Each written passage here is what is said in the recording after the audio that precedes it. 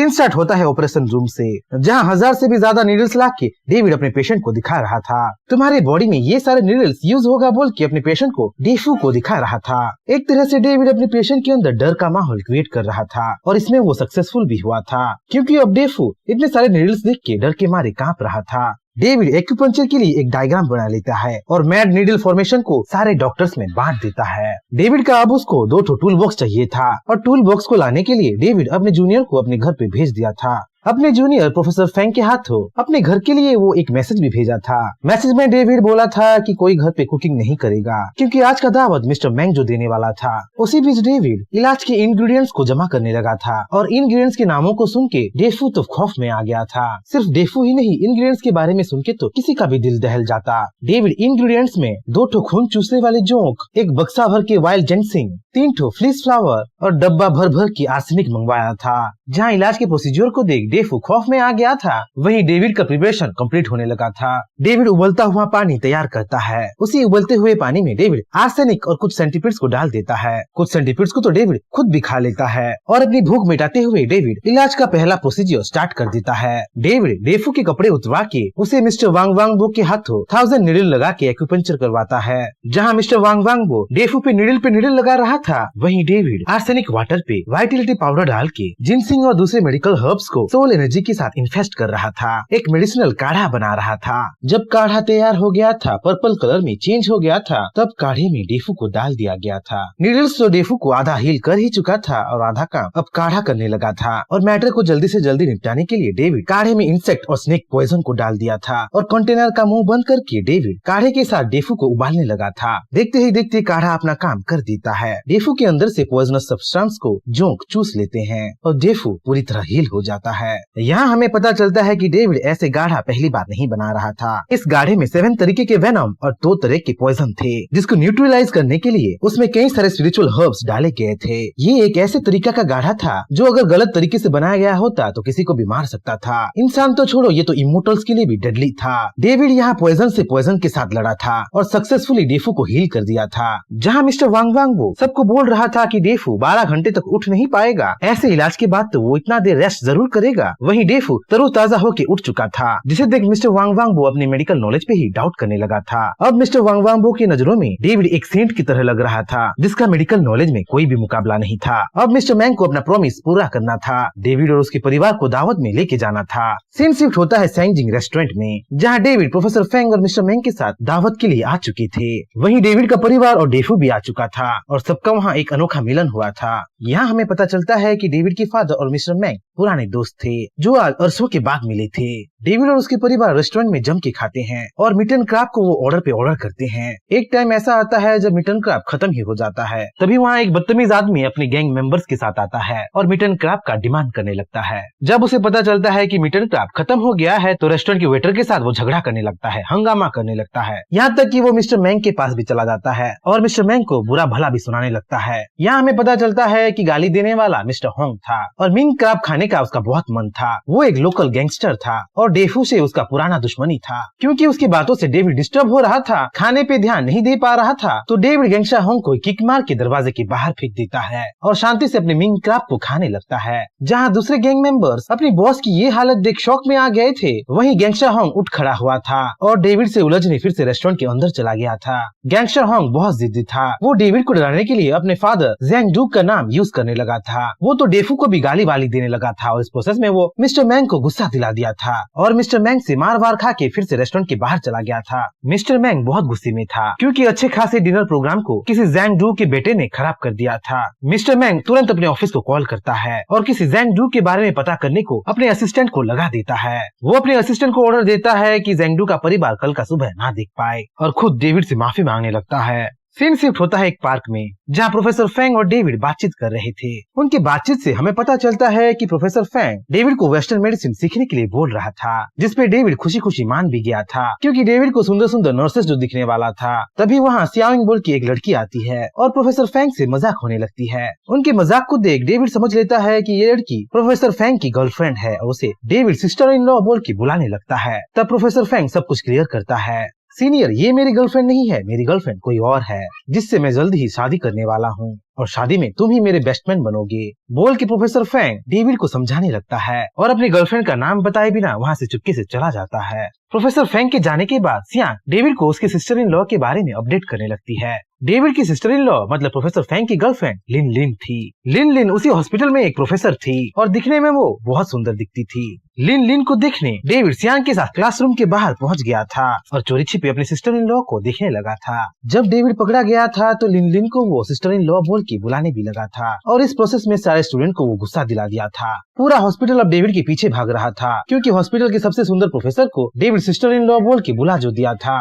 बात इतना ज्यादा बढ़ चुका था कि डेविड को डस्टबिन में और दूसरे बक्सों में छिपना पड़ रहा था। आखिरकार डेविड पकड़ा जाता है और प्रिंसिपल ऑफिस में उसे ले लिया जाता है। सीन स्टार्ट होता है प्रिंसिपल के ऑफिस से, जहाँ प्रोफेसर फैंग और लिन लिन माफी मांग रहे थे क्योंकि प्रोफेसर फैंग और लिन लिन के बीच का एंगेजमेंट अभी तक पब्लिक नहीं हुआ था, इसलिए ये हंगामा क्रिएट हुआ था। इस हंगामा का जितना दोषी डेविड था उतना ही प्रोफेसर फैंग और लिन लिन थे और इसका भुगतान वो दोनों कर भी रहे थे। हंगामा सेटल होने के बाद वेस्टर्न मेडिसिन की पढ़ाई के लिए डेविड को क्लासरूम में भेज दिया जाता है और वहाँ वो प्रोफेसर मो से मिलता है। प्रोफेसर मो प्रोफेसर फैंग का ही एक कॉलीग था जिससे मिलकर डेविड बहुत खुश हुआ था और उसे अपना जूनियर बनाने के लिए रेडी भी हो गया था। मेरे क्लास में बहुत सारे सुंदर सुंदर लड़कियां हैं बोल के प्रोफेसर मो डेविड का दिल जीत लिया था, पर असल में तो कुछ और ही था जो जल्द ही डेविड को पता चलने वाला था। क्लासरूम में एंट्री मारते ही डेविड को एक भी सुंदर लड़की नहीं दिखती, पर एक अगली लड़की जरूर दिख जाती है जिसे देख भैंसा भी सुसाइड कर ले और डेविड तो वहाँ पे एक पल भी ना रुके। पर डेविड इस बार रुकता है, लड़की के लिए नहीं पढ़ाई के लिए रुकता है और चंद पलों में क्लास में बोर होके सो भी जाता है। प्रोफेसर मो प्रोफेसर फैंग के मुंह से डेविड के बारे में बहुत कुछ सुना था, पर यहाँ तो उल्टा ही हो रहा था। ब्रिलियंट स्टूडेंट नालायक साबित हो रहा था। डेविड तो क्लासरूम में हद ही कर देता है। वो क्लासरूम में सोते सोते चिकन ड्रमस्टिक के बारे में सपना देख रहा होता है। क्लासरूम में ऐसे इंसिडेंट को देख दूसरे स्टूडेंट्स बावरे हो गए थे। जो प्रोफेसर दूसरे स्टूडेंट को छोटी छोटी गलतियों पे भी डांट लगाता था, पनिशमेंट देता था, वही प्रोफेसर डेविड की हरकतों को टॉलरेट कर रहा था,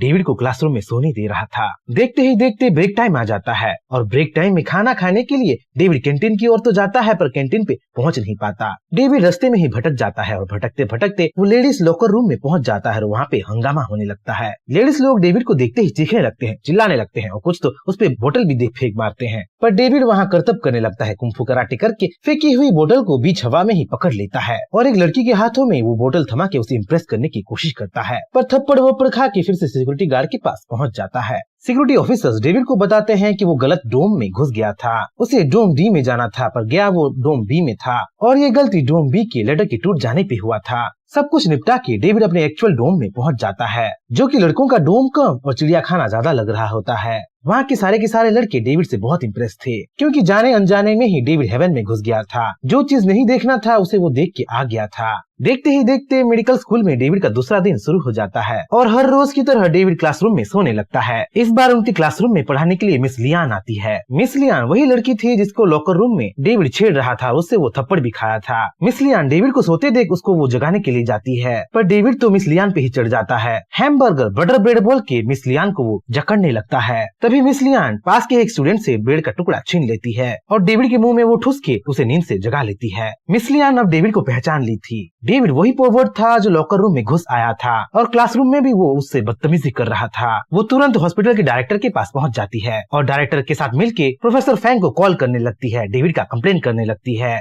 जैसे तैसे करके प्रोफेसर फैंग मामले को संभाल लेता है और आग के जलने से पहले ही उसे बुझा देता है। जब मिस लियान फिर से क्लास में पहुंचती है तो वो देखती है कि डेविड चाय नाश्ता खा रहा है। क्लास के बीचों बीच वो सबको डिस्टर्ब कर रहा है। मिस लियान समझ लेती है कि डेविड एक गवार है, गधा है, जो दौलत के बलबूते पे हॉस्पिटल में एंट्री पाया है, जिसके पास जीरो मेडिकल नॉलेज है और जिसको बस मस्ती करना ही आता है। मिस लियान डेविड को न्यूरॉन्स के बारे में पूछती है, स्मॉल इंटेस्टाइन के बारे में पूछती है। वो वही नहीं रुकती, वो वायरस के बारे में पूछने लगती है, माइक्रो ऑर्गेनिजम्स के बारे में पूछने लगती है और जब डेविड आंसर नहीं दे पाता तो उसे इंसल्ट पे इंसल्ट करने लगती है। जब मिस लियान डेविड को मेडिकल नॉलेज के नाम पे धब्बा बोलने लगती है, एक तालाब की गंदी मछली बोलने लगती है, तब डेविड भड़क जाता है। डेविड मिस लियान के मेडिकल नॉलेज को इनसफिशिएंट बोलने लगता है, लेम बोलने लगता है। डेविड बोलने लगता है कि वो वेस्टर्न मेडिसिन बस ब्यूटीफुल नर्सेस के लिए सीखने आया था, वरना तो उसको इन सब चीजों में बिल्कुल इंटरेस्ट नहीं था। डेविड मिस लियान को चैलेंज कर देता है कि वो एक रात में सारे मेडिकल बुक्स को पढ़ के आ जाएगा, हर एक मेडिकल क्वेश्चन का वो आंसर दे पाएगा। अगर वो सक्सेसफुल हो गया तो मिस लियान को उसके लिए कुछ करना पड़ेगा, और वो अगर अनसक्सेसफुल हुआ तो वो मेडिकल यूनिवर्सिटी को ही छोड़ के चला जाएगा। चैलेंज के बाद मेडिकल यूनिवर्सिटी में आग की तरह फैल जाती है। कुछ लोग डेविड को डराने लगते हैं, कुछ लोग तो डेविड को डिस्करेज भी करने लगते हैं, और यहाँ तक कि डेविड को कुछ लोग पागल भी बोलने लगते हैं। मेडिकल बुक्स बहुत सारे थे और उन सबको पढ़ना, उन सबको याद रखना नामुमकिन था। सबकी नजरों में डेविड पहले से ही हार चुका था। उनके नजरों में डेविड यूनिवर्सिटी में 2 पल का ही मेहमान था। एक दिन खत्म हुआ भी नहीं था कि डेविड सारे बुक्स को पढ़ लिया था, और मिस लियान के अगले क्लास में पहुंच के डेविड मिस लियान के मुंह पे ही बुक को फेंक के मार दिया था। देखते ही देखते वहाँ पे सब लोग जमा हो जाते हैं। जो चैलेंज कल होने वाला था वो आज हो जाता है। मिस लियान और डेविड के बीच कंपटीशन शुरू हो जाता है। वहाँ पे जज प्रोफेसर मो बना था और सबसे पहला मौका मिस लियान को मिला था। देखते ही देखते क्वेश्चन पे क्वेश्चन पूछा जाने लगता है और मिस लियान और डेविड आंसर पे आंसर देने लगते हैं। डेविड इतने अच्छे से आंसर दे रहा था कि मिस लियान को लगने लगा था कि डेविड चीटिंग कर रहा है, पर ऐसा हो नहीं रहा था। डेविड का बरसों का एक्सपीरियंस काम में आ रहा था, जिसे देख सब लोग दंग रह गए थे, अपना मुंह खुला का खुला रख दिए थे। क्वेश्चन आंसर के बीच एक ऐसा टाइम आता है जब एक क्वेश्चन का आंसर मिस लियान दे ही नहीं पाती है। तब डेविड टेक ओवर कर लेता है, पूरे क्लासरूम को उस टॉपिक के बारे में समझाने लगता है। मिस लियान उस दिन एक सबक सीख ली थी। डोंट जज a book by its cover का मतलब वो समझ ली थी। क्योंकि डेविड जीत लिया था तो अपनी शर्त का खुलासा मिस लियान के सामने करने लगता है। मुझे कैंडल लाइट डिनर पे ले जाओ बोल के वो मिस लियान को बोलने लगता है। तब डेविड देखता है कि पूरा का पूरा क्लासरूम खाली हो चुका है। सब लोग डेविड को छोड़ के कैंटीन में जा चुके हैं। खाना खाने के लाइन पे वो सब लोग लग चुके हैं। डेविड इतने बड़े लाइन को देख अपने दोस्त ल्यूइस यांग के साथ वीआईपी सेक्शन में घुस जाता है और वहाँ के बेहतरीन से बेहतरीन खाना को वो एंजॉय करने लगता है। तभी सुन फुई बोल के एक अमीर बाप का बिगड़ेल बेटा आता है। वो भी उसी मेडिकल यूनिवर्सिटी में पढ़ता था और यूनिवर्सिटी में एक गैंग बना के रखा था।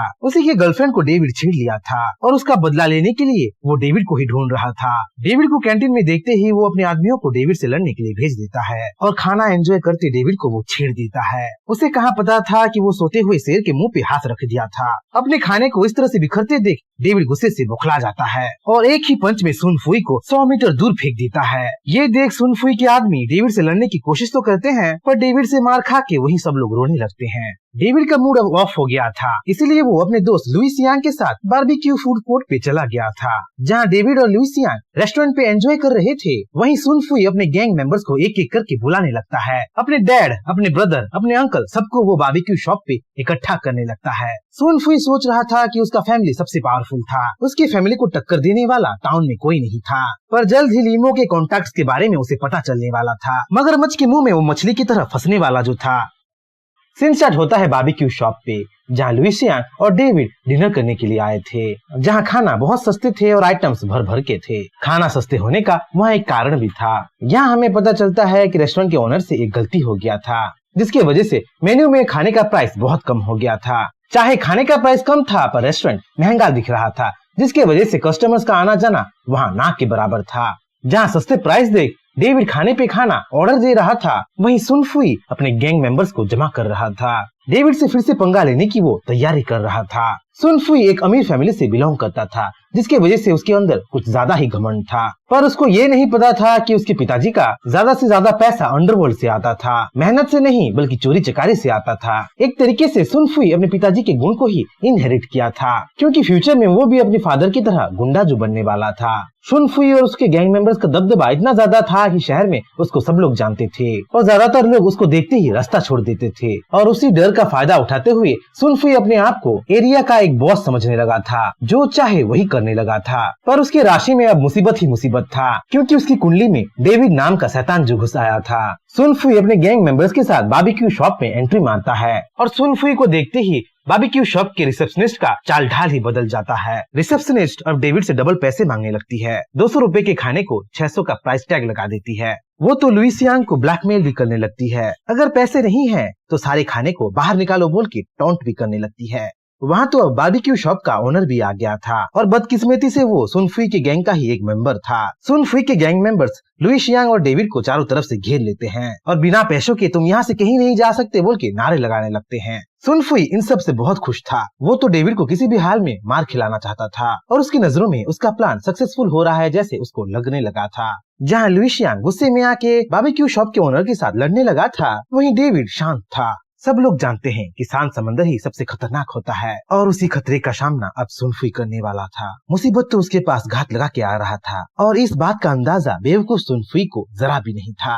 जहाँ सुनफुई के आदमियों से लुइसियांग मार खा रहा था, वहीं डेविड उसको बचा लेता है और पैसे का इंतजाम हो गया है बोल के वो एक कॉल करने लगता है। सुनफुई एसएफएस ग्रुप को कॉल किया था। एसएफएस ग्रुप के कैप्टन यानिर और वाइल्ड बुल को कॉल किया था। एक तरीके से एसएफएस ग्रुप के मेंबर्स डेविड के सामने कर्जदार थे और उसी चक्कर में उसको खाना खिलाने का वो लोग प्रॉमिस किए थे। उसी प्रॉमिस को पूरा करने के लिए डेविड उन सबको बारबेक्यू शॉप में बुला लेता है, पर इस प्रोसेस को सुनफुई गलत समझ लेता है। सुनफुई सोचने लगता है कि डेविड अपने आदमियों को बुला रहा है और उससे लड़ने के लिए कुछ प्लान कर रहा है। सुनफुई तो बेवकूफ था और डेविड से लड़ने के लिए ब्रदर कियांग को बुला के, दूसरे गैंग मेंबर्स को बुला के सुनफुई अपने बेवकूफी का प्रूफ दे दिया था। देखते ही देखते स्पेशल फोर्स के सोल्जर्स बारबेक्यू शॉप में पहुंच जाते हैं और डेविड को देखते ही उसको चिढ़ाने लगते हैं, उसके साथ मस्ती करने लगते हैं। डेविड उन सबको देखते ही नौटंकी करने लगता है और मुझे ये मिस्टर कियान परेशान कर रहा है, यहाँ से जाने नहीं दे रहा है बोल के कंप्लेन करने लगता है। उस पे नमक मिर्च खुद मिस्टर कियान डाल देता है और एसएफएस ग्रुप के मेंबर्स को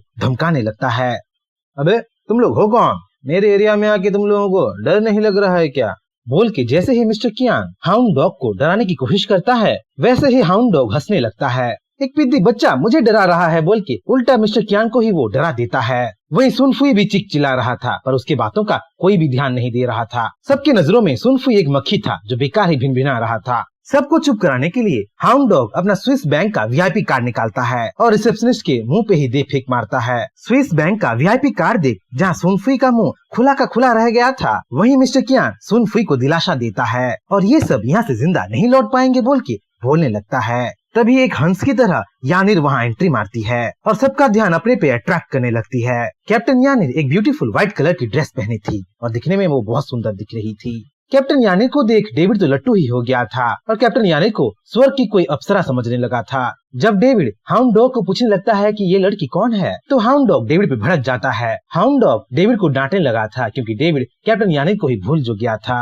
सडनली कैप्टन यानिर के सामने सुनफुई आ जाता है और कैप्टन यानिर पे डोरे डालने लगता है, लाइन मारने लगता है। कैप्टन यानिर एक मैच्योर लड़की थी, वो सुनफुई जैसे पिद्दियों से कहाँ इम्प्रेस होने वाली थी। कैप्टन यानिर सुनफुई को इग्नोर करके वहाँ से चली जाती है और जाओ अपनी शक्ल को आईने में देखो बोल के कैप्टन यानिर सुनफुई की इंसल्ट करने लगती है। सुनफुई इस इंसल्ट को कुछ ज्यादा ही दिल पे ले लेता है और कैप्टन यानिर पे वो टूट पड़ता है। जैसा सुनफुई सोचा था वैसा नहीं हुआ था। वो कैप्टन यानिर को मारने के लिए जरूर आगे बढ़ा था, पर खुद कैप्टन यानिर से मार खाने लगा था और मार खा खा के वो नीचे गिर गया था। जब इस प्रोसेस को मिस्टर कियान रोकने की कोशिश करता है तो कैप्टन यानिर उस पे ही गन तांग देती है, पर मिस्टर कियान बंदूक को एक नकली बंदूक समझ के डर नहीं रहा था, पर जल्दी ही वो खौफ में आ गया था क्योंकि सुनफुई उसी बंदूक से घायल जो हो गया था।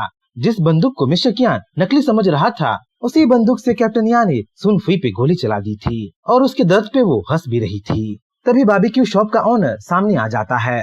ओए तुम लोगों के पास तो एक ही बंदूक है, हमारे आदमियों के पास हजारों बंदूक हैं बोल के वो कैप्टन यानिर को चिढ़ाने लगता है, डराने लगता है। पर तभी एसएफएस ग्रुप के हर मेंबर्स अपने अपने गन निकाल लेते हैं और नॉर्मल गन नहीं, शॉर्ट गन और मशीन गन निकाल लेते हैं। तभी बड़बोला सुनफुई फिर से अपना मुंह खोलता है और अपने पिता के नाम से सबको डराने लगता है। वो तो कॉल करके अपने पिताजी को वहाँ बुला भी लेता है। कैप्टन यानिर को इसी वक्त का इंतजार था। बिना कोई मेहनत किए, बिना कुछ किए एक गैंगस्टर पुलिस फोर्स के पास आ रहा था। सुनफुई का फादर सुनफुगुई खून के आंसू रोने वाला था क्योंकि उसके लाडले बेटे के वजह से उसका पूरा एम्पायर 2 पलों में ही तबाह होने वाला था, क्योंकि शेर के मुंह में खुद बकरा चल के जुझा रहा था। जब सुनफुगुई बारबेक्यू शॉप के पास पहुँचता है, अपने लॉयल लेफ्ट हैंड और राइट हैंड को वहाँ बुला लेता है। गोल्डन ड्रैगन और स्माइलिंग टाइगर दोनों के दोनों सुनफुगुई के अंडर बहुत सालों से काम कर रहे थे। वो दोनों इतने जाने माने थे कि उनके खुद के एक एक गैंग भी थे। जब तीनों के तीनों अपने आदमियों के साथ बारबेक्यू शॉप के अंदर चले जाते हैं तो वहाँ के नजारे को देख तीनों की तीनों सरप्राइज हो जाते हैं। बारबेक्यू शॉप में कैप्टन यानिर उन्हीं लोगों का इंतजार कर रही थी और उन सबको वहाँ पहुँचते ही कैप्टन यानिर गन तान के सबको सरेंडर करने को बोलने लगी थी। पर सुनफुगुई, गोल्डन ड्रैगन और स्माइलिंग टाइगर इतनी जल्दी कहाँ हार मानने वाले थे। वो अपने आदमियों को चारों तरफ फैला दिए थे और एसएफएस ग्रुप को ही चारों तरफ से घेर लिए थे। वहीं डेविड भी था और सबको मुसीबत में देख अपने पेट्स को समन करके अनलीश कर दिया था। पूरे के पूरे बारबेक्यू शॉप में घोस्ट स्पाइडर्स फैल चुके थे और एनिमीज पे अपना पपेट जाल बुन चुके थे। अब सारे के सारे एनिमी गैंगस्टर्स डेविड के काबू में आ चुके थे। डेविड जैसा बोले वैसे ही वो लोग करने लगे थे। एक तरीके से वो लोग कठपुतली बन गए थे। ये सब देख गोल्डन ड्रैगन और स्माइलिंग टाइगर दंग रह गए थे, क्योंकि उन्हीं के आदमी अब उन्हीं की जो नहीं सुन रहे थे। सीन स्टार्ट होता है एक बारबेक्यू शॉप से, जहाँ पे गोल्डन ड्रैगन और स्माइलिंग टाइगर डेविड से मार खा रहे थे। चारों तरफ से स्पाइडर से घिर के अरेक्नोफोबिया का शिकार हो रहे थे।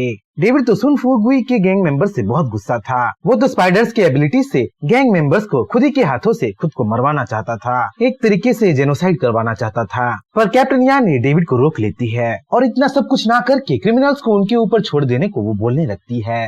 कैप्टन यानेर की बातें सुन डेविड कैप्टन यानेर को एटीट्यूड दिखाने लगता है। अरे बेवकूफ लड़की, मैं तो सब कुछ तुम्हारे लिए ही कर रहा था बोल के डेविड कैप्टन यानेर को एनॉयड करने लगता है। पर जल्द ही डेविड सुधर भी जाता है, क्योंकि कैप्टन यानेर से वो 2-3 पंच जो खा लेता है। 30 मिनट बाद पुलिस वहाँ आ जाती है और कैप्टन यानेर को गैंगस्टर्स को पकड़ने के लिए थैंकफुल होने लगती है। जो सुन फुगुई वांटेड लिस्ट में था वो आज पकड़ा गया था और इन सब के जिम्मेदार खुद सुन फुगुई का बेटा था, जिसकी वजह से ये सारा कांड हुआ था।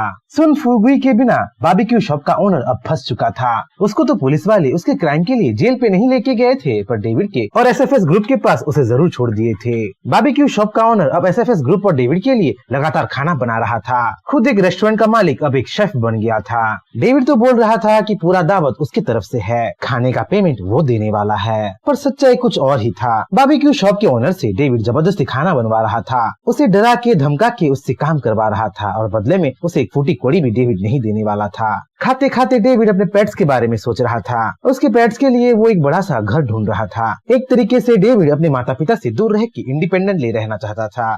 तभी कैप्टन यान ने डेविड को एक प्रपोजल देती है। तुम्हारे लिए तो मैं एक अच्छा सा घर ढूंढ दूंगी बोल के बोलने लगती है, पर डेविड कैप्टन यानी की बातों को गलत समझ लेता है। हो ना हो कैप्टन यानी मेरे साथ रहना चाहती है बोल के वो कंफ्यूज होने लगता है। कंफ्यूजन के मारे डेविड ये बोल देता है कि उसे फॉरेनर लड़कियां पसंद हैं और कैप्टन यानी में उसका कोई इंटरेस्ट नहीं है। डेविड की बातें सुन कैप्टन यानी भड़क जाती है और डेविड पे बरसने लगती है और गलती से कौन फॉरेन लड़कियां और तुम्हें क्या मैं पसंद नहीं हूँ बोल के कैप्टन यानेर बड़बड़ा देती है, अपने दिल की बातों को बाहर रख देती है। कैप्टन यानेर की कॉन्फेशन को सुन सब लोग शॉक में आ जाते हैं और गलती से सुनी हुई बातों को अनसुनी करने की नाटक करने लगते हैं। जब सब लोग वहाँ से खा पी के जाने लगते हैं, तब हाउंड डॉग बारबेक्यू शॉप के ओनर को एक प्रपोजल देता है। उनके लिए सीक्रेटली काम करने का एक जॉब दे देता है। देखने में तो बारबेक्यू शॉप का ओनर गोल्डन ड्रैगन और स्माइलिंग टाइगर गैंग का न्यू बॉस होता, पर एक्चुअल में वो एसएफएस ग्रुप का न्यू एजेंट होता, न्यू जासूस होता। जॉब के बारे में सुन बारबेक्यू शॉप का ओनर खुशी खुशी मान जाता है और एसएफएस ग्रुप का न्यू एजेंट बन जाता है। बारबेक्यू शॉप के ओनर के बाद अब बात डेविड का पड़ता है। डेविड के अजीबोगरीब पेट्स का पड़ता है। पेट्स के बारे में सुन पेट्स को दिखाने के लिए डेविड अपने हंटिंग ईगल को बुला लेता है, जो पास में ही था और सब पे नजर रख रहा था। हंटिंग ईगल आते ही डेविड के हाथों पे बैठ जाता है और डेविड अपने ईगल के बारे में सबको बताने लगता है। डेविड का हंटिंग ईगल बहुत चालाक था, यहाँ तक कि उसे खाना पीना बनाना भी आता था और ये सब उसके लिए बेहद जरूरी भी था, क्योंकि डेविड हंटिंग ईगल को इंसानों का खाने का लत लगा के मसालों का चस्का लगा के हंटिंग ईगल को खाना पीना देना ही बंद कर दिया था। क्योंकि डेविड बहुत ज्यादा आलसी था तो मजबूरी में खुद हंटिंग ईगल खाना बनाता था और खुद का और डेविड का पेट भरता था। एक तरीके से डेविड दुनिया का सबसे बड़ा जालिम मास्टर था और ऐसा मास्टर किसी को भी ना मिले बोल के हंटिंग ईगल हर रोज दुआ करता था। डेविड अपने हंटिंग ईगल के बाद अपना पॉइजनस फैंटम स्पाइडर सबको दिखाने लगता है। उसकी क्यूटनेस पे सबको अट्रैक्ट करने लगता है। फैंटम स्पाइडर भी एक डेडली क्रिएचर था जो किसी को भी इल्यूजन दिखा सकता था और उसके द्वारा काटे जाने पे कोई 2 सेकंड में मर भी सकता था। फैंटम स्पाइडर विचेस का एक अहम हथियार था, जिसके द्वारा कोई भी विच किसी को भी कंट्रोल कर सकता था, अपना पपेट बना सकता था और इसी फैंटम स्पाइडर का इस्तेमाल डेविड सुन फुगुई के आदमियों पे किया था और उसका रिजल्ट सबके सामने था। पॉइजनस फैंटम स्पाइडर बाहर तो आ गया था, पर हंटिंग ईगल को देख वो थर-थर कांप रहा था, क्योंकि बर्ड्स और इंसेक्ट्स का पुराना दुश्मनी जो था। देखते ही देखते डेविड के पेट्स सब लोगों से घुल मिल जाते हैं, यहाँ तक कि उनके साथ बैठ के शराब भी पीने लगते हैं। इसी बीच डेविड अपने दोस्त लुइस यांग को ग्रेजुएशन के बाद उसके लिए काम करने को बोलता है और बदले में लुइस यांग को अच्छा खासा पैसा भी दूंगा बोलता है। सीन शिफ्ट होता है यूनिवर्सिटी के डॉर्मेटरी पे, जहाँ डेविड और लुइस यांग अपने कमरे में पहुंच चुके थे। कमरे की हालत बहुत खराब थी, कमरे से भयानक बदबू आ रही थी। एक्चुअली बदबू कमरे से नहीं, कमरे के रूममेट से आ रहा था, इसीलिए सारे बदबूदार लड़कों को एक ही कमरे में शिफ्ट किया गया था। उन लड़कों की बातों से पता चलता है कि वो लोग अपने बदबू के इलाज के लिए बहुत पैसा खर्च किए थे, पर कुछ काम का नहीं आया था और आखिरकार थक हार के वो हार मान लिए थे। उन्हीं बदबूदार स्टूडेंट्स को डेविड एक उम्मीद की किरण दिखाता है। फ्री में तुम लोगों का इलाज करूंगा बोल के वो डिक्लेयर कर देता है। डेविड के लिए ये सब करना पॉसिबल भी था, क्योंकि वो मेडिकल साइंस के साथ साथ डार्क मैजिक भी जो करता था। सीन शिफ्ट होता है क्लासरूम पे, जहाँ प्रोफेसर लिन लिन डेविड के पास आके उसके डिनर रिजर्वेशन के बारे में बातचीत कर रही थी, क्योंकि प्रोफेसर लिनलिन बैठ हारी थी तो वो डेविड को आज डिनर पे लेके जा रही थी, जहाँ डेविड प्रोफेसर लिनलिन की बातें सुन खुश हो गया था। प्रोफेसर मुझ पे लट्टू हो गई है बोल के समझ रहा था, वहीं प्रोफेसर लिनलिन कुछ अलग ही प्लान की थी। वो डिनर की आड़ में डेविड से बदला लेना चाहती थी, क्योंकि प्रोफेसर लिनलिन यूनिवर्सिटी की एक बेहद सुंदर प्रोफेसर थी, तो अपनी ब्यूटी का वो फायदा उठाने वाली थी। अपनी ब्यूटी की मदद से डेविड को वो लोगों के सामने नीचा दिखाना चाहती थी, लोगों को जेलस करके डेविड को वो मार खिलाना चाहती थी। प्रोफेसर लिनलिन अपने ब्रांड न्यू कार में डेविड को पिकअप करने के लिए आती है और उसको कार में बिठा के उसके साथ थोड़ा बहुत मस्ती करके यूनिवर्सिटी के मैक्सिमम लोगों को जेलस करने लगती है। अब ज्यादातर लोग डेविड को अब विलन के रूप में देख रहे थे, जो प्रोफेसर लिन से कुछ ज्यादा ही अटेंशन पा रहा था, और यहाँ तक कि प्रोफेसर लिन के साथ वो घूमने जा रहा था। प्रोफेसर लिन का पहला प्लान सक्सेसफुल हो गया था। सबके नजरों में अब डेविड एक एनिमी बन गया था, कॉम्पिटिटर बन गया था, जिसे जल्दी से जल्दी रास्ते से निकालना बेहद जरूरी था। अब डेविड भी प्रोफेसर लिन की हरकतों को धीरे धीरे समझने लगा था। भेड़ के ख्याल में भेड़िए को वो धीरे धीरे पहचानने लगा था। प्रोफेसर लिन अपने गाड़ी को एक महंगे से रेस्टोरेंट के सामने पार्किंग करती है और उसके दरवाजे को खोलने के लिए बटलर्स की लाइन लग जाती है, जहाँ रेस्टोरेंट में सब लोग प्रोफेसर लिन को स्पेशल ट्रीटमेंट दे रहे थे, उसकी खातिरदारी कर रहे थे। वहीं डेविड को कोई पूछ भी नहीं रहा था, यहाँ तक कि उसके दरवाजे को खोलने के लिए कोई आया भी नहीं था। प्रोफेसर लिन का सेकंड प्लान भी सक्सेसफुल हो गया था। डेविड को बेइज्जती हर कोई देने जो लगा था। डेविड को तो रेस्टोरेंट के अंदर घुसने भी नहीं दिया जा रहा था। अब डेविड गुस्से में आ गया था और अपने असली रूप को वो सबको दिखाने वाला था। प्रोफेसर लिन के खेल में प्रोफेसर लिन को ही वो हराने वाला था। स्टार्ट होता है नामचीन रोजा रेस्टोरेंट से, जिसके अंदर प्रोफेसर लिन इजीली घुस गई थी, पर डेविड बाहर ही रुक गया था क्योंकि उसे अंदर जाने का परमिशन नहीं मिल रहा था। अंदर जाना तो छोड़ो, उसे तो कार से वेलकम करने के लिए भी कोई नहीं गया था। रेस्टोरेंट का एक ड्रेस कोड था जिसके मुताबिक सिर्फ सूट वूट पहनने वाले इंसान ही रेस्टोरेंट के अंदर आना जाना कर सकता था, और क्योंकि डेविड ड्रेस कोड के हिसाब से कपड़े नहीं पहना था तो ड्रेस कोड का बहाना करके डेविड को रेस्टोरेंट के बाहर ही रोक दिया गया था। पर डेविड ऐसे ही हार मानने वालों में से बिल्कुल नहीं था। वो तो प्रोफेसर लिन के खेल में उसी को ही हराने वाला था। डेविड एरोगेंट सिक्योरिटी गार्ड को उसके सर से पकड़ लेता है और उसे खींच के बाथरूम के अंदर ले जाता है। अब डेविड के पास फ्री का टैक्सीडो आ गया था। सूट बूट में वो बहुत अच्छा दिख रहा था और बदतमीज सिक्योरिटी गार्ड बाथरूम में ऐसे ही नंगा पड़ा था। दूसरी ओर प्रोफेसर लिन रोजा रेस्टोरेंट के अंदर ठाट से बैठ के वाइन पी रही थी, अपने वीआईपी ट्रीटमेंट को बखूबी एंजॉय कर रही थी। वो मन ही मन मुस्कुरा भी रही थी क्योंकि वो सोच रही थी कि बेचारा डेविड बाहर ही फंस गया है। सिक्योरिटी गार्ड से इंसल्ट पा के वो शायद घर चला गया है,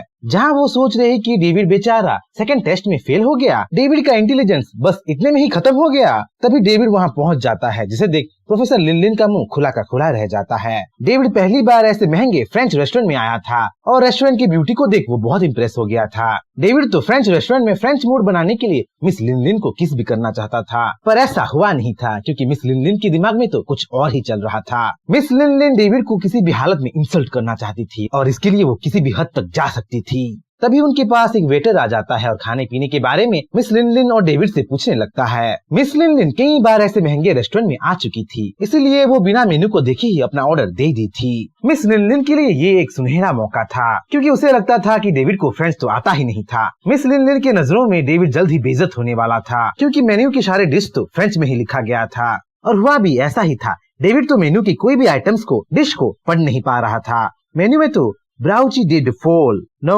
क्वाम स्क्रैप और पता नहीं क्या क्या लिखा गया था, जो डेविड के सर के ऊपर से ही जा रहा था क्योंकि डेविड को कहाँ फ्रेंच पढ़ना आता था। पर फिर भी डेविड बेइज्जत नहीं हुआ था। डेविड बहुत सारे फ्रेंच फिल्म देखा था और हर एक फ्रेंच फिल्म को देख के डेविड एक ही चीज को सीखा था, और वो था खाना ऑर्डर देना, खाने का नाम लेना। डेविड उसी टैलेंट को यूज करता है और इजीली अपने खाने के ऑर्डर को दे देता है, और इसी प्रोसेस में डेविड फिर से मिस लिन को मात दे देता है। मिस लिन का और एक प्लान फेल हो गया था। डेविड किसी न किसी तरह से हर एक प्लान से बचता आ रहा था। 20 मिनट बाद दोनों का खाना आ जाता है, जहाँ मिस लिन को मस्त डेकोरेटेड मीट दिया गया था। वहीं ऑर्डर के हिसाब से डेविड को स्नेल दिया गया था। स्नेल्स जो अच्छे से पके भी नहीं थे, बस उनके ऊपर थोड़े बहुत गार्निश किए गए थे। खाने से डेविड बहुत डिसअपॉइंट हुआ था। थोड़े से स्नेल से भला उसका क्या होने वाला था। उसी बीच रेस्टोरेंट में लाइव परफॉर्मेंस चलने लगती है। स्टेज में रेस्टोरेंट का ओनर आ जाता है और मिस लिन को स्टेज में परफॉर्म करने के लिए बुलाने लगता है। स्टेज में परफॉर्म करना रोजा रेस्टोरेंट का एक रिवाज था जिसे हर एक कस्टमर फॉलो करता था और इसी परफॉर्मेंस को लेके मिस लिन लिन का शैतानी दिमाग फिर से चलने लगता है। वो स्टेज पे तो जाती है पर स्टेज पे जाके खुद गाती नहीं है। वो डेविड को माय गेस्ट ऑफ ऑनर है बोल के बुला लेती है और गाने का जिम्मा डेविड को ही सौंप देती है। मिस लिन लिन सोच रही थी कि डेविड एक बेसुरा था, उसे गाना बिल्कुल नहीं आता था, पर सच्चाई से मिस लिन लिन कितनी दूर थी, कितनी अनजान थी, वो मिस लिन लिन को जल्द ही पता चलने वाला था। एक के बाद एक डेविड का टैलेंट बाहर जो आने वाला था। डेविड स्टेज पे जाता है, पियानो बजाने लगता है और मिस लिन लिन की उम्मीद की तरह वो बेसुरा भी बजाने लगता है। पर ये तो बस डेविड का वार्म अप था, असली शो तो अब चलने वाला था। बेसुरा ट्यून बजाते बजाते डेविड यू टर्न ले लेता है और एक सुंदर सा गाना गाने लगता है। एक ऐसा गाना जो बहुत इमोशनल था और फेरी टेल की तरह सबके दिलों को छू लिया था। डेविड का गाना सुन रेस्टोरेंट में ठहरे सब लोग डेविड की तारीफ करने लगते हैं, वाहवाही करने लगते हैं और यहाँ तक कि कुछ लोग तो डेविड का फैन बन जाते हैं। उन्हीं में से रेस्टोरेंट का ओनर भी था जो डेविड का गाना सुन इतना इमोशनल हो गया था कि वो रोने लगा था और डेविड को चांस देने के लिए वो मिस लिन लिन की भी तारीफ कर रहा था।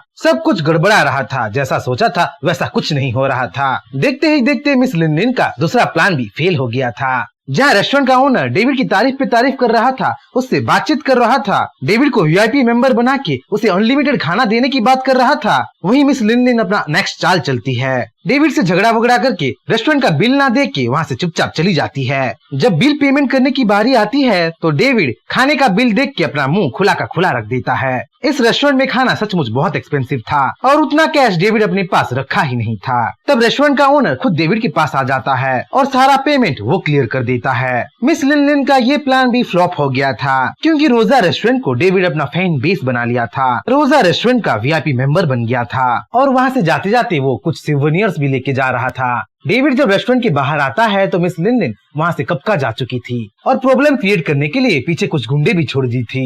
जैसे ही डेविड चल चल के अपने घर की तरफ जा रहा होता है वैसे ही उसके पीछे लिन लिन के गुंडे पड़ जाते हैं। डेविड से लूटपाट की वो लोग कोशिश करने लगते हैं पर उनको कहाँ पता था कि वो लोग चींटी थे और एक हाथी से लड़ रहे थे। पर अपना सीख वो जल्द ही सीख लेते हैं क्योंकि डेविड से वो जोरदार मार जो खाते हैं। हर वक्त की तरह पुलिस वहाँ पे गलत टाइम पे पहुँच जाती है और सब कुछ को गलत समझ के डेविड को ही अरेस्ट कर लेती है। पुलिस स्टेशन तो जैसे डेविड का सेकेंडरी घर ही बन गया था। वो हमेशा पुलिस स्टेशन पे आता जाता जो रहता था। पुलिस स्टेशन में डेविड हर बार की तरह अपना नौटंकी शुरू कर देता है। मैं निर्दोष हूँ, मुझे जाने दो बोल के वो गिड़गिड़ाने लगता है। पर डेविड की बातें वहाँ कहाँ कौन सुनने वाला था। डेविड तो ये तक बता रहा था कि वो मेडिकल यूनिवर्सिटी का एक स्टूडेंट है। पर जब पुलिस वाले रिकॉर्ड चेक करते हैं तो मेडिकल यूनिवर्सिटी के डाटाबेस में तो डेविड का तो नामो निशान ही नहीं था। यहाँ पे हमें पता चलता है कि मेडिकल यूनिवर्सिटी का प्रिंसिपल प्रोफेसर फैंग डेविड को इलीगली अपने मेडिकल यूनिवर्सिटी में दाखिल करवाया था, इसीलिए डेविड का नामो निशान मेडिकल यूनिवर्सिटी के डाटाबेस में बिल्कुल नहीं था। सिचुएशन को देख डेविड भड़क जाता है और गुस्से में अपने हथकड़ी को ही तोड़ देता है। तभी पुलिस स्टेशन में एक लेडी इंस्पेक्टर की एंट्री होती है, चुन ली की एंट्री होती है और चुन ली को देखते ही डेविड उस पे डोरे डालने लगता है।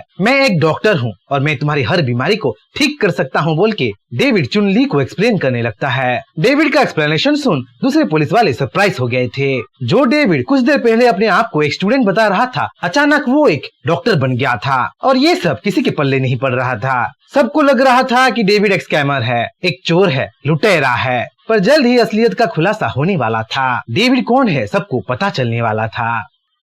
सीन स्टार्ट होता है पुलिस स्टेशन से, जहाँ चुनली डेविड से पूछताछ कर रही थी, डेविड की असली पहचान जानने की नाकाम कोशिश कर रही थी। चुनली की नजरों में डेविड एक फ्रॉड था, एक बहरूपिया था जो शहर में छोटे मोटे क्राइम करता था और क्योंकि डेविड चुनली के बूब्स को घूरता जा रहा था तो वो चुनली की नजरों में एक परवर्ट भी बन गया था। पर जल्द ही डेविड अपने आप को क्लैरिफाई करता है और क्लैरिफाई करने का तरीका डेविड का बहुत निराला होता है। डेविड एक एक करके चुनली के मेडिकल प्रॉब्लम्स बताने लगता है। डेविड बोलने लगता है कि चुनली का इरेगुलर पीरियड्स होता है, उसे रात में बहुत गर्मी लगती है और वो बिना कपड़ों के रात में सोती है। जिन चीजों के बारे में बस चुनली को ही पता था, एक एक करके वो डेविड के मुंह से बाहर आ रहा था और ये प्रोसेस चुनली के लिए बहुत शर्मनाक था। प्राइवेट इन्फॉर्मेशन को सुन चुनली मान तो जाती है कि डेविड एक डॉक्टर है, पर वो डेविड से बहुत गुस्सा भी हो जाती है क्योंकि उसकी प्राइवेट चीजों को पब्लिक बनाने का डेविड का कोई हक नहीं था, ना ही कोई जरूरत भी था। तभी वहाँ एक मेल इंस्पेक्टर आता है और चुनली को वहाँ से जाने को बोल के हिम्मत है तो उसके बारे में बताओ बोल के डेविड को चैलेंज कर देता है। चुनली के वहाँ से जाने के बाद डेविड उस इंस्पेक्टर की एक एक प्रॉब्लम को गिनने लगता है, जिसे सुन इंस्पेक्टर दंग रह जाता है। डेविड बताने लगता है कि उस इंस्पेक्टर को यूरिनेशन करते वक्त प्रॉब्लम हो रहा था, गैस का प्रॉब्लम हो रहा था और यहाँ तक कि उसे जोरदार पेट दर्द हो रहा था। सब कुछ सुन इंस्पेक्टर मान जाता है कि डेविड एक एक्चुअल डॉक्टर है और डेविड से इलाज पाने के लिए वो गिड़गिड़ाने लगता है, डेविड से माफी मांगने लगता है। डेविड भी इंस्पेक्टर की बातों से पिघल जाता है और उसका इलाज वो तुरंत शुरू कर देता है। डेविड उसे कुछ डैंडेलियंस के फूल लाने को बोलता है और उन डैंडेलियंस के फूलों को खुद के हाथों से पीसने को भी बोलता है और पीसने के बाद उन फूलों को फेंक देने को भी बोल देता है। यहाँ हमें पता चलता है कि डेविड का असली मकसद तो इंस्पेक्टर की रीढ़ की हड्डियों को सीधा करना था, जो डैंडेलियंस के फूल को पीसते पीसते बखूबी हो रहा था। इस प्रोसेस में इंस्पेक्टर के ब्लेडर्स हील हो रहे थे, किडनी पे प्रेशर बिल्ड हो रहे थे और कुछ दिनों तक इस प्रोसेस को कंटिन्यूअसली ट्राई करने से इंस्पेक्टर पूरी तरह से हील हो रहा था। वर्षों का प्रॉब्लम कुछ दिनों में ही सॉल्व हो रहा था। देखते ही देखते पुलिस स्टेशन में डेविड के फैन बन जाते हैं और डेविड से अपना इलाज कराने के लिए लाइन लगाने लगते हैं। आखिरकार डेविड निर्दोष साबित हो जाता है और पुलिस स्टेशन से रिहा हो जाता है। जब डेविड घर पहुंचता है तो डेविड का बेसब्री से इंतजार उसका पेट्स कर रहे थे। कई दिनों से वो अपने मास्टर से मिले जो नहीं थे और भूख प्यास से वो लोग तड़प रहे थे। जैसे ही डेविड अपने घर के लिए अपना कदम बढ़ाता है, वैसे ही अपने पीछे वो एक शैतानी ऑरा को महसूस करता है। वो शैतानी ऑरा बहुत वेंजफुल था और डेविड को मारने के लिए ही वहाँ आया था, पर डेविड अपने सिक्स्थ सेंस से अपने आप को बचा लेता है, ग्रीम रीपर के टच से अपने आप को बचा लेता है। डेविड छत पे जाके अपने गोल्डन मौत को बाहर निकाल लेता है और चारों तरफ निगरानी करके कल्प्रिट को वो पा लेता है। यहाँ पे कल्प्रिट एक काइमेरा था जिसका 2 सर गेको का था, क्लॉस ईगल का था, नेक स्नेक का था, टेल क्रोकोडाइल का था, स्पीड लेपर्ड और दांत शार्क्स का था। वो एक वेनोमस क्रिएचर था और पॉइजनस एसिड को अपने मुंह से निकाल रहा था। वो एक ऐसा प्रजाति था जो हजारों सालों पहले ही विलुप्त हो गया था और उसे विलुप्त करने वाले भी विच डॉक्टर्स थे जो इस क्रिएचर के डेंजर लेवल को समझ के उसे मार दिए थे। काइमेरा डेविड को देखते ही उस पे झपट पड़ता है। अपने एसिडिक अटैक से डेविड के घर को वो पिघलाने लगता है। काइमेरा के डेंजर को समझ के डेविड ओपन ग्राउंड्स की ओर भागने लगता है और काइमेरा को अपने पीछे आने पे मजबूर कर देता है और इस प्रोसेस में वो अपने घर को भी बचा लेता है। ओपन ग्राउंड में पहुंचते ही डेविड काइमेरा को मार मार के खत्म कर देता है और उसकी लाश को अपने पेट्स को खाने के लिए दे देता है। उसके पेट्स से डेविड को एक अजीब सी चीज पता चलता है। पास में ही एक ऐसा बिल्डिंग था जो इविल ओरा रिलीज कर रहा था, जिसकी इविल ओरा से खुद डेविड के पेट्स डर रहे थे और बिल्डिंग के पास जाना बिल्कुल नहीं चाहते थे। छानबीन से डेविड को पता चलता है कि उस बिल्डिंग में काइमेरस का वहाँ बहुत बड़ा नेस्ट था, काइमेरस का ब्रीडिंग ग्राउंड था। अगर बिल्डिंग को डिस्ट्रॉय नहीं किया गया तो काइमेरस का पॉपुलेशन बहुत जल्दी ही बढ़ने वाला था। सिचुएशन की गंभीरता को समझते हुए डेविड हाउंड डॉग को कॉल कर देता है और उसे एसएफएस ग्रुप के साथ वहाँ आने को बोल देता है। पहली बार हाउंड डॉग को लग रहा था कि डेविड एक्चुअली में घबरा रहा था और डेविड की मदद करने के लिए पूरा एसएफएस ग्रुप डेविड के बताए हुए एड्रेस पे मिनटों में ही पहुंच गया था। एसएफएस ग्रुप के साथ वहाँ डीकेई भी गया था। डीकेई अब एसएफएस ग्रुप को ज्वाइन कर लिया था। डीकेई वही विच मास्टर था जो फॉर्मेशन मैजिक यूज करता था और एक टाइम पे एसएफएस ग्रुप को अपने फॉर्मेशन मैजिक में ट्रैप किया था, जो कभी डेविड से टकराया था और डेविड के अत्याचार का शिकार हुआ था। अब वही विच मास्टर डीकेई एसएफएस ग्रुप का एक अहम हिस्सा बन गया था। वहाँ पहुँच के सीन को देख के एसएफएस ग्रुप के मेंबर्स दंग रह जाते हैं, क्योंकि 2 सिरों वाले ऐसे पॉइजनस क्रिएचर्स को वो कभी नहीं देखे थे और ऐसे पॉइजनस क्रिएचर्स एक बिल्डिंग को अपना घर बनाए बैठे थे, ब्रीडिंग ग्राउंड बना के रखे थे। तभी डीकाई सामने आता है और काइमेरास के बारे में सबको एक्सप्लेन करने लगता है। हमें यहाँ पे पता चलता है कि उन काइमेरास को वाइल्ड बोल के नाम दिया गया था और उन काइमेरास को बनाने वाला भी डीकाई का विजिटर स्कूल था। हमें यहाँ पे ये भी पता चलता है कि वाइल्ड्स भागने में एक्सपर्ट थे और अगर प्रॉपर प्लानिंग के साथ उनको मारा ना जाए तो शहर में पहुँच के तहलका मचा सकते थे। उन वाइल्ड्स को मारने के लिए डीकाई एक फॉर्मेशन का आइडिया देता है, पर इतने शक्तिशाली फॉर्मेशन को बनाने का और उसको एक्टिवेट करने का ना ही डीकाई के पास एक्सपीरियंस होता है ना ही नॉलेज होता है। फॉर्मेशन का आइडिया बेहतरीन था और उसी आइडिया को काम में लाने के लिए डेविड एक एंशिएंट विच फॉर्मेशन को डीकाई को समझाने लगता है। उस एंशिएंट विच फॉर्मेशन का नाम था ग्रेट एक्सटर्मिनेशन फॉर्मेशन, जो 3 स्टेप्स पे बनता था और जो अपने नाम के हिसाब से किसी को भी मार सकता था। ग्रेट एक्सटर्मिनेशन फॉर्मेशन को बनाने का पहला स्टेप था ब्लड थर्स्टी फॉर्मेशन, जिसके एक्टिवेट होने से ही विक्टिम पगला जाता था, ब्लड थर्स्टी हो जाता था और बर्सर्क मोड में आके अपने होस्ट को ही खो बैठता था। दूसरा था सोल डिस्ट्रीब्यूशन फॉर्मेशन, जिसके एक्टिवेट होने से ही विक्टिम अपनी कॉन्शियसनेस को ही खो बैठता था, दोस्त और दुश्मन में फर्क ही नहीं कर पाता था। और तीसरा था एक्सटर्मिनेशन फॉर्मेशन, जो आपस में ही विक्टिम्स को लड़ा देता था और एनिमीज का खात्मा कर देता था। क्योंकि इन सब फॉर्मेशन के बारे में डी कोई को ज्यादा कुछ नहीं पता था, तो डेविड उसे सब कुछ सिखाने लगता है और ग्रेट एक्सटर्मिनेशन फॉर्मेशन का डायग्राम एक बना के डी के को सब कुछ समझा देता है। ग्रेट एक्सटर्मिनेशन फॉर्मेशन को एक्टिवेट करने के लिए बहुत ज्यादा माना की जरूरत था, जो डी के पास बिल्कुल नहीं था, पर उसकी मदद करने के लिए डेविड वहाँ तैयार बैठा था। जब डी का इनकांटेशन खत्म होगा तब डेविड स्पेल को आगे बढ़ाने के लिए तैयार बैठा था। जल्द ही एक मैजिकल एरे बनने वाला था। वाइल्ड के डिस्ट्रक्शन का चिंगारी डेविड अब जला चुका था।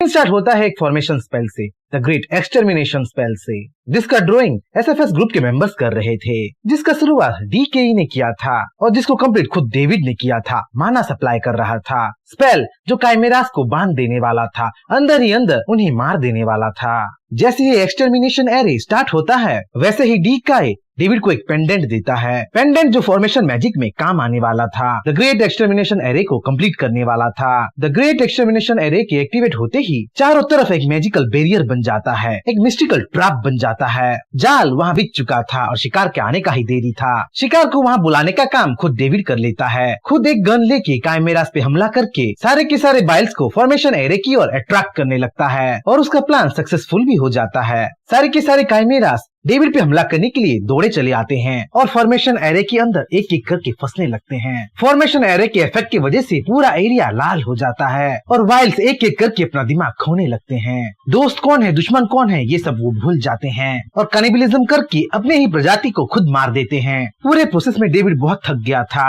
अपना माना पूरी तरह डिप्लीट कर चुका था और यहाँ तक कि अपने सपने में वो हेल का गेट भी देख चुका था। एक तरीके से डेविड मरते मरते बच गया था। सीन शिफ्ट होता है हॉस्पिटल में, जहाँ डेविड को एडमिट किया गया था, जिसे देखने एसएफएस ग्रुप के मेंबर्स और उनकी कैप्टन यानिर भी पहुंच गई थी और डेविड की चिंता में वो अपना दिन बिता रही थी। वहाँ हाउंड डॉग भी था और रिसेंट इंसिडेंट के बारे में कैप्टन यानिर को अपडेट कर रहा था। हाउंड डॉग बता रहा था कि वाइल्ड का पॉइजन बहुत डेंजरस था। उनका पॉइजन आजकल के क्रिएचर से 1000 गुना ज्यादा पॉइजनस था, जो बड़ी से बड़ी बिल्डिंग को भी पिघला सकता था और एम वक्त पे डेविड उन सबको अगर ना रोकता तो सबका मरना पक्का था। जहाँ कैप्टन यानिर और हाउंड डॉग बातचीत कर रहे थे, वहीं डेविड का कॉन्शियसनेस एक अजीब सी अनजान सी जगह पे पहुंच चुका था। उसके कॉन्शियसनेस के सामने एक बड़ा सा गेट था, जिस गेट को चेन से बांधा गया था। जैसे ही डेविड उस बंद दरवाजे को छूता है, डेविड अपने कल्टीवेशन स्किल के नेक्स्ट लेवल में पहुंच जाता है और देखते ही देखते डेविड को होश आ जाता है। यहाँ हमें पता चलता है कि वो लॉक्ड बंद दरवाजा डेविड के लेवल कैप को दर्शा रहा था, डेविड की लिमिट को दर्शा रहा था, क्योंकि काइमेरा से लड़ते लड़ते वो बहुत सारा एक्सपीरियंस पा चुका था, बहुत सारे पॉइजन अपने बॉडी में कलेक्ट कर लिया था और मौत को छू के वापस आ गया था। इसीलिए सारे कंडीशंस पूरे हो चुके थे और डेविड अपने नेक्स्ट कल्टीवेशन स्टेज में पहुंच गया था। जब प्रोफेसर फैंग डेविड के रूम में वापस आता है तो वो देखता है कि डेविड को होश आ चुका है और डेविड पैरासीटामोल और विटामिन सी को स्नैक्स की तरह खा रहा है। एक्चुअली डेविड को बहुत भूख लग रहा था और क्योंकि वो सारे पॉइजन से इम्यूनिटी पा चुका था तो वो कुछ भी खा सकता था। मेडिसिन या अल्कोहल का उस पे कोई असर नहीं होने वाला था। पॉइजन का डेविड महाराज बन गया था। डेविड की ये हालत देख प्रोफेसर फैंग उसे कुछ खाने को देता है और डेविड को शांत करता है। खाते खाते डेविड प्रोफेसर फैंग को अपने अचीवमेंट्स के बारे में बताने लगता है, अपने रिसेंट लेवल अप के बारे में उसे अपडेट करने लगता है। डेविड अब हार्नेस ऑफ ऑल थिंग के लेवल में पहुंच चुका था और जल्दी ही 9 yin ब्लॉकेज कर्स को अपने बॉडी से मिटाने वाला था। 9 yin ब्लॉकेज कर्स को हटाने के लिए डेविड को कुछ इंग्रेडिएंट्स की जरूरत था। इंग्रेडिएंट्स जो उसके मास्टर ने उसके स्क्रॉल पे लिख के रखा था। डेविड के पास अब फायर ड्रैगन फ्रूट था, जेड हार्ट था, बस उसके पास अर्थ बुद्धा ही नहीं था, जिसे पाके वो अपने कर्ज को मिटाने का प्रोसीजर शुरू करने वाला था। डेविड और प्रोफेसर फैंग की बातों के बीच वहाँ डी काई आ जाता है और डेविड के कदमों के नीचे झुक जाता है। डी काई ने एक चैलेंज रखा था कि अगर डेविड सारे काइमेरास को खत्म कर दे, द ग्रेट एक्सटर्मिनेशन एरे को सक्सेसफुली कंट्रोल कर पाए, तो डी के डेविड का डिसाइपल बनने को मानने वाला था। और क्योंकि हुआ भी वैसा ही था, डेविड काइमेरा से जीत के आया था, तो अब डी के डेविड के सामने झुक के उसका डिसाइपल बनने वाला था। एक तरीके से देखा जाए तो ये डील डीके के लिए फायदेमंद था। डीके अब डेविड से बहुत कुछ लर्न जो करने वाला था। तभी एसएफएस ग्रुप का एक मेंबर एक सूटकेस के साथ डेविड के पास आ जाता है। सूटकेस के अंदर एक गोल्डन एग था। ये वही गोल्डन एग था जो सारे काइमेरास के डिस्ट्रक्शन के बाद मिला था। एक तरीके से ये गोल्डन एग अपने आप को डिस्ट्रक्शन से बचा लिया था, फायर प्रूफ था। एग को देख उस एग से डेविड भुजिया बनाने की बात करने लगता है और इस प्रोसेस में वो सबको शॉक में डाल देता है। पर किस्मत से डेविड बस मजाक ही कर रहा था। गोल्डन एग का वैल्यू डेविड को भी बखूबी पता था। अंडे के अंदर से नेक्स्ट काइमेरा क्वीन निकलने वाली थी और प्रॉपरली ट्रेन किया जाए तो one of the most powerful spiritual host बन सकती थी।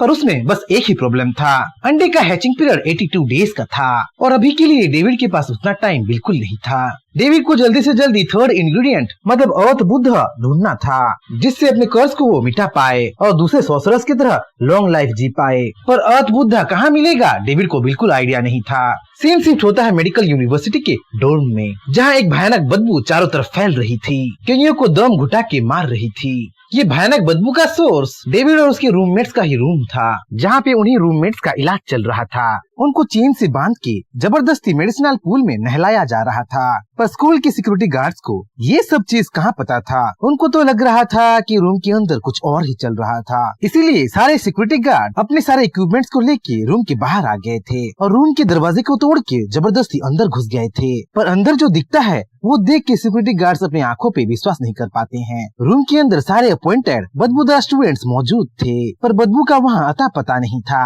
थोड़े से टाइम में ही कुछ इम्पॉसिबल हो गया था। सबसे बदबूदार लड़की अब सबसे हैंडसम लड़के बन गए थे और देखने वाले उनको देखते ही रह गए थे। सीन स्टार्ट होता है डेविड के घर से जहां डेविड अपने पेट्स के साथ टाइम बिता रहा था। अपने सारे पेट्स को अपनी पॉइजनस की खिला रहा था, उनको स्ट्रॉन्गर बना रहा था। जहां डेविड के कुछ पेट्स आपस में झगड़ रहे थे वहीं उसका गोल्डन मोथ कुछ ज्यादा ही इतरा रहा था। गलती से गोल्डन मोथ सुन लिया था कि डेविड अपना स्पिरिचुअल होस्ट बदलने वाला है, इसीलिए गोल्डन मोथ मूडी हो रहा था, थोड़ा बहुत जेलस हो रहा था। डेविड के पास टाइम बहुत कम था, जल्दी से जल्दी वो अपने आप को कर्ज से छुटकारा ना दिला पाया तो वो मर भी सकता था। कर्ज तोड़ने के लिए डेविड को कुछ इंग्रेडिएंट्स की जरूरत थी। ज्यादा से ज्यादा चीजें तो वो कलेक्ट कर चुका था, अब उसे बस अर्थ बुद्धा को ढूंढना था जिसका अता पता के बारे में डेविड को बिल्कुल नहीं पता था और उसी अर्थ बुद्धा के सोच में डेविड डूबा हुआ था। तभी उसके कमरे में उसकी बहन वैन वैन आ जाती है और उसके साथ कहीं जाने की बात करने लगती है। यहाँ हमें पता चलता है कि वैन वैन फिल्म एकेडमी के स्टूडियो जाना चाहती थी जहाँ पे फिल्मों की शूटिंग चलती थी और क्योंकि डेविड प्रॉमिस किया था तो वो अपनी बहन को फिल्म एकेडमी के स्टूडियो पे लेके भी जाता है और वहाँ का नजारा देखने लायक होता है। फिल्म एकेडमी के बाहर एक से बढ़ के एक कार खड़ी थी, लंबोर्गिनी जैसी वीआईपी कार्स वहाँ पे पार्क की गई थी। ये सब देख डेविड तो समझ चुका था कि फिल्म एकेडमी के स्टूडियो पे बस वीआईपी लोग ही आ जा रहे हैं और वहाँ लड़कियों की कोई कमी नहीं है। पर वहाँ पे कोई नॉर्मल लड़कियां नहीं थी, वहाँ ऐसी लड़कियां थी जो पैसों के पीछे ही भागती थी, एक तरीके के गोल्ड डिगर्स थी। क्योंकि डेविड की बहन वैन वैन भी उस एकेडमी के अंदर जा रही थी तो डेविड अपनी बहन को एक चीज क्लियर कर देता है, उसे गोल्ड डिगर्स लड़कियों की तरह बिल्कुल नहीं बनना है। जैसे ही दोनों भाई बहन फिल्म एकेडमी स्टूडियो के अंदर जाते हैं वैसे ही वो दो लड़कियों को पाते हैं। लड़कियां जो गॉसिप कर रहे थे, किसी स्टीफन कार्टर नाम की एक फेमस डायरेक्टर के बारे में बातचीत कर रहे थे। डेविड तो किसी स्टीफन कार्टर को नहीं जानता था पर उसकी बहन स्टीफन कार्टर को अच्छी तरह से जानती थी। स्टीफन कार्टर वही डायरेक्टर था जो लव एंड टाइटैनिक को डायरेक्ट किया था, जो फिल्म सुपर डुपर हिट हुई थी और लाखों करोड़ों का इनकम की थी। जहाँ वैन वैन स्टीफन कार्टर और उसके एक्टर्स और एक्ट्रेस के बारे में सोच रही थी, वहीं डेविड लव एंड टाइटैनिक की मोटी एक्ट्रेस के बारे में सोच रहा था और मोटी एक्ट्रेस के बारे में सोच सोच के इरिटेट हो रहा था। तभी उन दोनों को पता चलता है कि पार्किंग लॉट में एक ऑफिसर आया हुआ है और वहाँ पार्क किए गए कार्स पे वो टिकट लगा रहा है। वैन वैन तुरंत पार्किंग लॉट की ओर भागती है और उसके पीछे पीछे खुद डेविड भी जाता है। पार्किंग लॉट में तो सचमुच एक ऑफिसर थी जो कि वैन वैन की गाड़ी पे टिकट लगाने ही वाली थी, पर तुरंत वैन वैन वहाँ पहुँच जाती है और ऑफिसर को थोड़ा बहुत मस्का लगा के फाइन की टिकट से अपनी गाड़ी को बचा लेती है। वो ऑफिसर और कोई नहीं बल्कि चुनली थी जो एक टाइम पे डेविड का इंटरोगेशन कर रही थी, पूछताछ कर रही थी, जिसकी वजह से वो डिमोट हो गई थी और पुलिस ऑफिसर से टिकट काटने वाली एक ट्रैफिक ऑफिसर बन गई थी। डेविड को देखते ही चुनली भड़क जाती है और सब कुछ तुम्हारी वजह से हुआ है बोल के डेविड से आर्ग्यू करने लगती है। दोनों की तू तू में शुरू हो जाता है और दोनों की तू तू में को देख वैन वैन को गलतफहमी होने लगता है और वो चुनली को अपनी भाभी समझने लगती है। तभी अचानक से कहीं से एक गाड़ी आ जाता है और जोरदार स्पीड से वहाँ से गुजरता है। डेविड के सिक्स सेंस की वजह से वो चुनली और वैन वैन को तो बचा लेता है पर पास के एक दूसरी औरत का एक्सीडेंट हो जाता है। यहाँ हमें पता चलता है कि एक चोर गाड़ी चुरा के भाग रहा था और भागने के चक्कर में वो दूसरों को ठोकते हुए चला जा रहा था। डेविड तुरंत एक्शन में आ जाता है और अपनी बहन को उस औरत के साथ हॉस्पिटल जाओ बोल के खुद चुनली के साथ उस चोर का पीछा करने लगता है। मर्सिडीज और बाइक का रेस होने लगता है और अपनी बाइक का स्पीड बढ़ाने के लिए खुद डेविड बाइक चलाने लगता है और वो भी 160 किलोमीटर पर आवर से चलाने लगता है और देखते ही देखते वो कार को पहुंचा भी देता है और मूविंग व्हीकल से ही डेविड उस चोर को पीटने लगता है। है, पर सबक सीखने से पहले ही वो चोर वहाँ से निकल जाता है क्योंकि चुनली इतने ज्यादा स्पीड में अनकंफर्टेबल महसूस कर रही थी, इसलिए वो गाड़ी को स्लो कर दी थी। गाड़ी का पीछा करते करते दोनों एक सुनसान एली में पहुंच जाते हैं और गुंडे बदमाशों से घिर जाते हैं। ये गुंडे बदमाश उसी चोर के टीममेट्स थे जो यहाँ डेविड और चुनली को सबक सिखाने के लिए आए थे। जहाँ इतने सारे गुंडे बदमाशों को देख चुनली घबरा रही थी, अपने लिए नहीं बल्कि डेविड के लिए घबरा रही थी, उसके लिए चिंता कर रही थी। वहीं डेविड गुंडे बदमाशों से उलझ जाता है और उनको मार मार के सबक सिखाने लगता है। वो उन सबको इतना धोता है कि ज्यादातर गुंडे वहीं बेहोश हो जाते हैं और कुछ तो वहाँ से भाग जाते हैं। जहाँ डेविड गुंडे बदमाशों को मारता चला जा रहा था, वहीं चुनली की नजरों में डेविड एक हीरो की तरह लग रहा था और डेविड से शादी करने का ख्याल चुनली के दिमाग में आने लगा था। वहीं गुंडे बदमाशों की नजरों में डेविड एक मॉन्स्टर था जो राहु काल लेके आया था, जो उनकी बिजनेस को चौपट करने वाला था। खून खराबा करके भी डेविड का मन अब तक नहीं भरा था। डेविड को अब भी वो चुराया हुआ कार चाहिए था, क्योंकि वो चुराया हुआ कार और किसी का नहीं बल्कि उसके डैड का था। उसी कार की इन्फॉर्मेशन को हासिल करने के लिए डेविड एक सेंटीपीड लाता है और उस सेंटीपीड को उन गुंडे बदमाशों के बॉस के मुंह के अंदर डाल देता है। उसको टॉर्चर कर करके इन्फॉर्मेशन गैदर करता है और चुनली को सारे गुंडे बदमाशों को बांधो बोल के खुद अपने डैड की कार को लाने गैरेज में चला जाता है। गैरेज में पहुंच के डेविड सरप्राइज हो जाता है क्योंकि वहाँ एक कार नहीं बल्कि हजारों कार थे, वो भी नॉर्मल कार नहीं लग्जरियस कार थे। ये सब इंसिडेंट को देख, इन सब कार्स को देख डेविड समझ चुका था कि इन सब चीजों के पीछे कोई और ही मास्टरमाइंड था जिसका खुलासा अभी तक नहीं हुआ था। डेविड उन गुंडे बदमाशों के पास फिर से चला जाता है और उनसे उनके बॉस के बारे में पूछने लगता है। डेविड तो अपने इंसेक्ट्स को समन करके उनको टॉर्चर भी करने लगता है, पर उनके मुंह से कुछ नहीं निकलता है।